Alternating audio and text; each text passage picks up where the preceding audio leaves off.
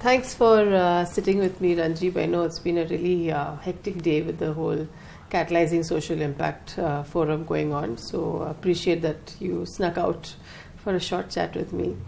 I've always appreciated our partnership, partnership between an English-based government company as big as yours, Marks and Spencer's, and a not-for-profit, an Indian-based not-for-profit in India working on health.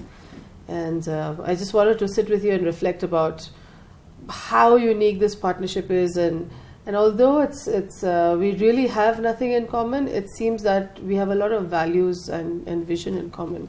So maybe share about some of your development agenda that you're looking and working towards within Marks and Spencer's. I think when we started our discussions with Swasti, and when they came up with the model, in fact, if you talk about the ICHW, where we have partnered, I think it was a very interesting model where we actually, it was something which we actually grew together with, wherein, I think it involved a lot of experimentation, for example. Like the first year, the focus was more about doing a needs assessment around, whether people are accessing formal healthcare, and then we realized, it's not.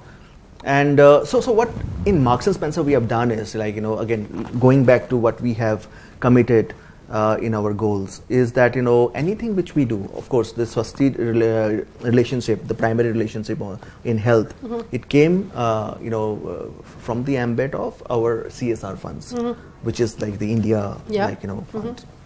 So but we wanted that, anything which we do, it should actually loop in back to our supply chain, because for one, we are a responsible company.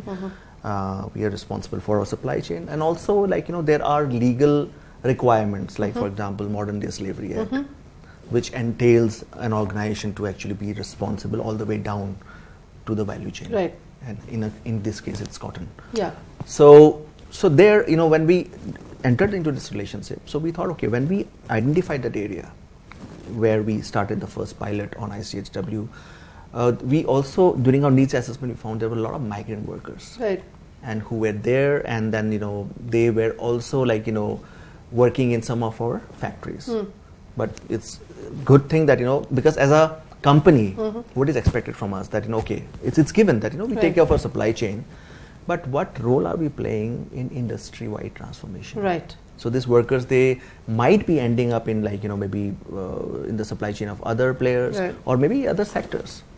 But we are happy. And we heard Mr. Muthuraman today about affirmative action in the Tata Steel industry. So it's really starting to sound like that, and maybe that was already there, but not sort of globally known what Marks and Spencer was. Exactly, because I think if we have the other flagship program called Power, which we are doing in the collaboration with the British High Commission.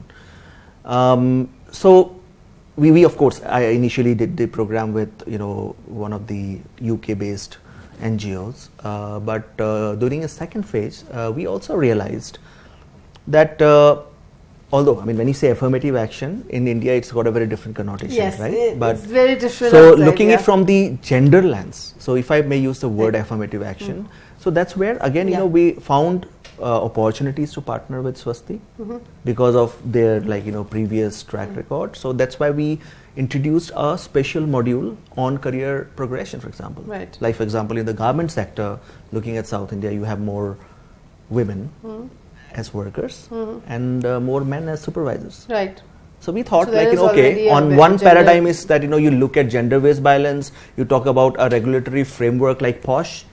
So awareness is good, but at the same time, I think it's important to also have as many women in the leadership position, so that we are able to balance it out and mitigate the risk. Absolutely.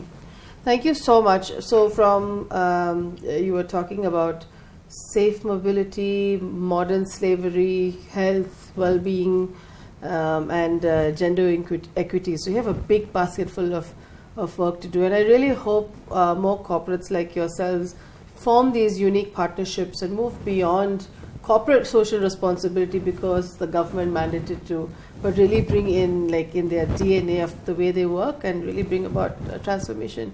So I look forward to more partnership from years to come. Thank you so much. Thank you.